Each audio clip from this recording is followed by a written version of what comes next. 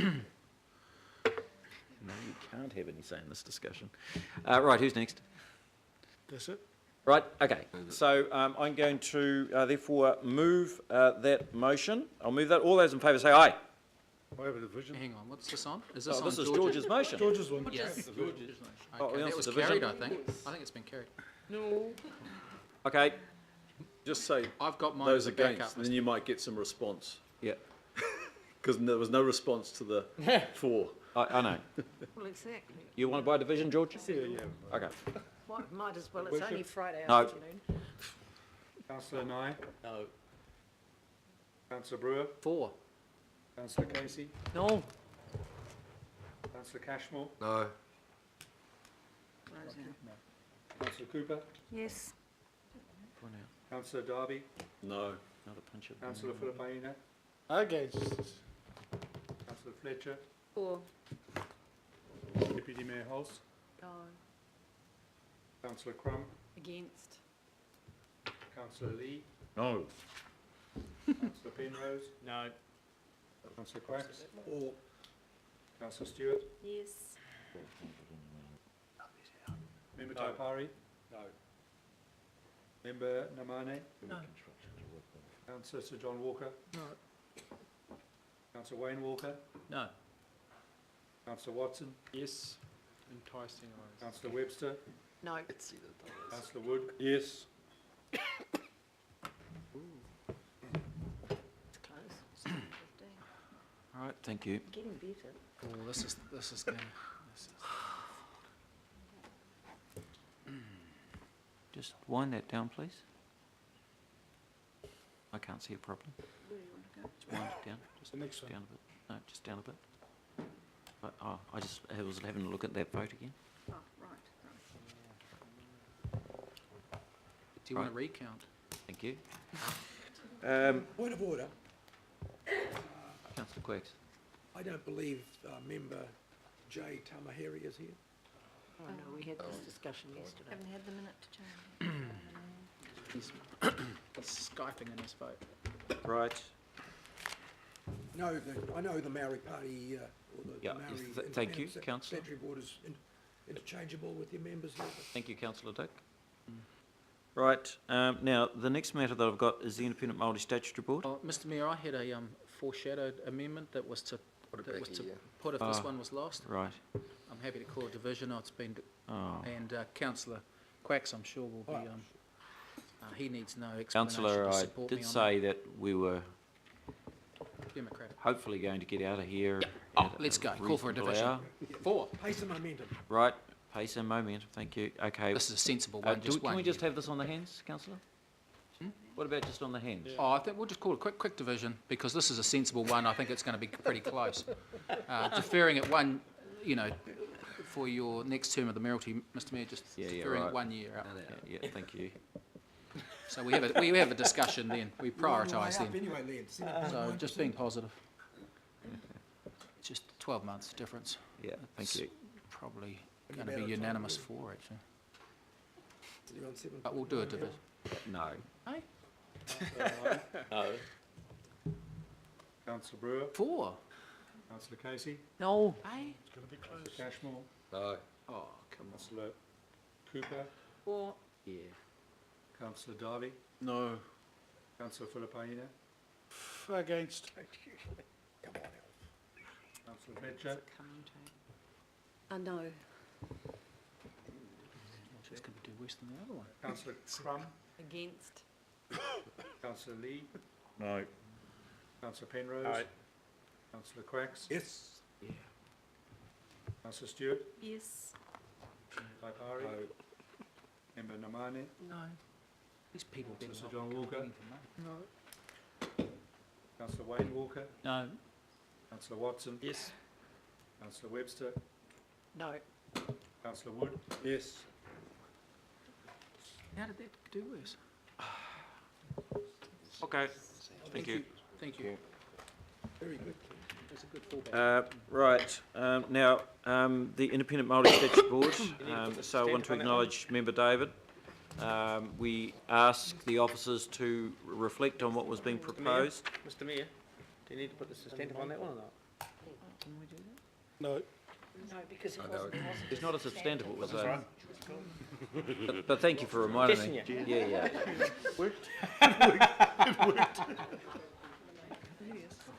Thank you. Right, Grant, the proposed amendment, so we asked you to go and have a look at this. Your assessment is what has been asked for, has no direct budget impact, but clearly a lot of work yet to do to find better alignment, better assessment and clarification of our budgets. I mean, it is a big budget, and getting a firm understanding of how to make this work, I think, is basically embedded within these recommendations. So you can just give us a bit of a heads up, and then I'll ask Member David to speak to it from the viewpoint of the IMSB. Thank you, Worship. And these amendments were worked through with Mr. Taipari last night. The first thing I'd just observe is the third recommendation there. And just to emphasise through that there's quite a strengthening and broadening of the leadership around the transformational shift now with Stephen's oversight group, executive leadership group, and that includes the ELT, all the CCO CEs and Brandy. So it's quite a high level look at it. So dealing with the first one, one of the issues that we identified as we were working through the compilation of the transformational shifts in the paper was there are areas where, particularly with some of the larger CCOs, where there was difficulty for them in identifying specific contributions through because they couldn't do so within their projects at the moment. But there is potential in looking at some of that, and talking with Stephen last night, he's very comfortable with leading that. In relation to the second one, later this month the IMSB will be presenting its treaty audit. We've been working through draft action plans there, but in addition we are also in the process right now of putting quite a lot of effort around the areas of progressing the responsiveness plans and training across the organisation. So we're confident that we can identify from those efforts the sort of funding that's talked about there. Right. I've asked Stephen to step up here because, I mean, this is very much about how we're building this relationship. And so, Steve, is there anything you just want, I mean, we're talking about the nature of that and the broadening of the leadership commitment to this. We know we've had challenges around agenda reporting and things like that. So is there anything you can sort of add to just sort of embellish what Grant's saying from your view and that officer-administrational relationship?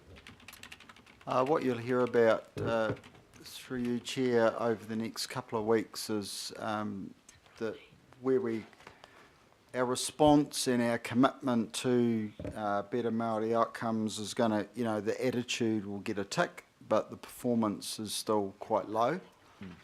And in the first 3 years, there's been a lot of effort gone into trying to work out how to report that, and I think we're getting through that and starting to focus on real things that we can do, and the IMSB are very clear that the organisation needs to perform better in that space with actually doing things, and that's entirely consistent with the governing body's desire for us to pick up the pace. So they go hand in hand. Very good. Right, Member Dave. So these are 3 recommendations, and the assessment from the officers, no budgetary impact, but clearly a resource and impact to the extent of the amount of work that's going on. So can you just give us IMSB's view and what you hope the Chamber will deliver? Kia ora, Your Worship, and certainly support what both Stephen and Grant just passed on. Simply the First, the recommendation is that we continue to do the work that we've started and has been well led by Stephen, and the scoping of that out, because I mean we get to the issues all the time. What is a Māori outcome? What is a Māori transformational shift? And where is the money being spent? Is it universal and the likes of those things? And these things need to be cleared up and worked through in order to be able to look at annual planning in the future based on the current envelopes of funding within the LTP. And my understanding, as you've just said, this type of work that's been proposed in the first resolution is within existing envelopes of money, so no one's asking for anything extra here. We're just asking to better refine where that money's been directed in terms of getting better outputs. The second one is, yes, there's a little bit of a preemption in terms of the audit that's to be released shortly, and particularly to the governing body for the joint IMSB and governing body meeting coming up shortly. And there is a fair amount of work still to be done. And what is clear is that council's capacity to deal with that is, I guess, a little bit below par, if I can be putting it in that way, and I think there's a bit of work to be done there, and this work, the second resolution, is giving effect to that. This is about investing now, so that it's not just an ongoing drain of investment for a long, long time. And if we get things right now, incorporating the first resolution around Te Toa Takatini and through the treaty audit responsiveness, these things will, in my view, over a period of time within the 10-year plan, using that as a period, will reduce significantly and be more focused and more outcome focused. And of course, the last one speaks for itself, guided by the leadership of Steve. Okay, right, so I've got, I think, Oh, no, sorry. you okay? Just secondary refusal. Yeah, that's good, you're the seconder. I think I heard Councillor Linda there. Yeah, just, I was very happy to hear that Member Taipari was happy to put that 810,000 for homeless against Maori outcomes, so Did it get tongue in cheek. Did it get to but still. 810? It did, over 3 years. Very good, thank you. Anything else? Okay, then I'll move that. All those in favour say aye. Aye. Against. Thank you. Abstain. Right, thank you very much, Member Dave Yeah, and and- Leanne. Right, now, Fo, Ross, you're back? Good. So Councillor Ross has a resolution which talks about Fo, the Fo Walkway project. You will see that Councillor Ross is looking for us to direct of sorts. Prioritise. Yeah, hang on. Have you got a seconder, Councillor? Yes, he's got the deputy mayor. Any? Councillor Ross? Can I just, a point of order though? Yes. I want to get a sense of the order here because Okay, I've said this. that might be a list, but this relates to the Regional Greenways Network Plan, which is on a separate order paper. I thought you'd be smart to actually put that together rather than sort of cherry pick capital projects at this time. No, I've got that too. So, Councillor, yeah, that's true. We have moved the Puke Te Pāpua one there. Councillor, I wonder, because we have got a separate part of the Greenways, which is really what this is. Are you okay for us to consider all those within that group? I mean, it's probably wise to do it, because otherwise we could be accused of sort of pepper potting. Yep, good man. Okay, right, now, on that basis, we'll consider that under item 15. Now, we're going to go into 4, Helicopter Trust, Glenfern Sanctuary, Meadowbank, and Orewa Seawall. And councillors, most of these have by and large been pretty well traversed over the recent history. So I'm hopeful that we're able to sort of reasonably move through them. Now, Councillor Mike, Helicopter Trust, they are requesting, they have requested something in terms of this budget. Have you got a resolution there? Yeah, yes, Mr Mayor.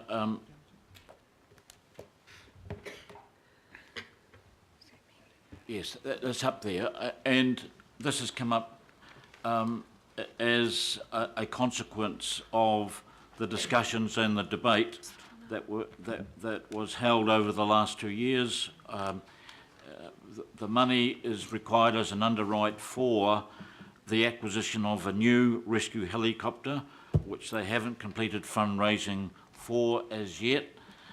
It is not expected that all the money would be made available, but to be honest, it could be. This is to resolve a rather acrimonious dispute with the Helicopter Trust and the council and the AREFA board, and I understand it was an agreement, an assumption made last year that if required, there could be a CapEx underwrite in order for them to secure this new rescue helicopter for Auckland. Right, so the resolution is to provide an underwrite. Second. You'll second it? So, Okay, Councillor Bill will second it. Okay, so look, councillors, I mean, we had a very, very long and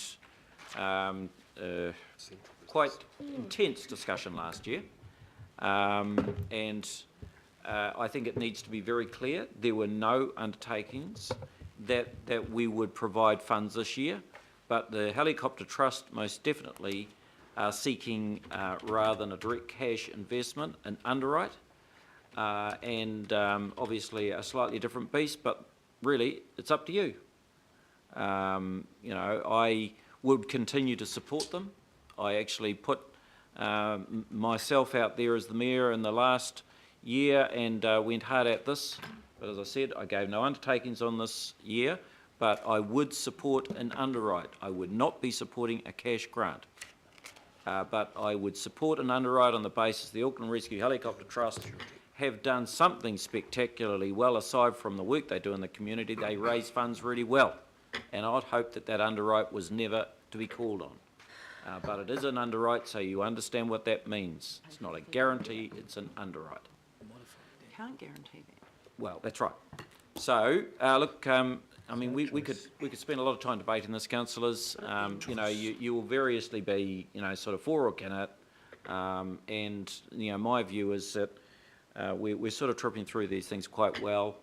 It's a bit like some of the other discussions. We don't need to have a long discussion today. I hope we could, by and large, maybe have a couple of speakers if anyone does want to speak, and then basically get your arms up or keep them down.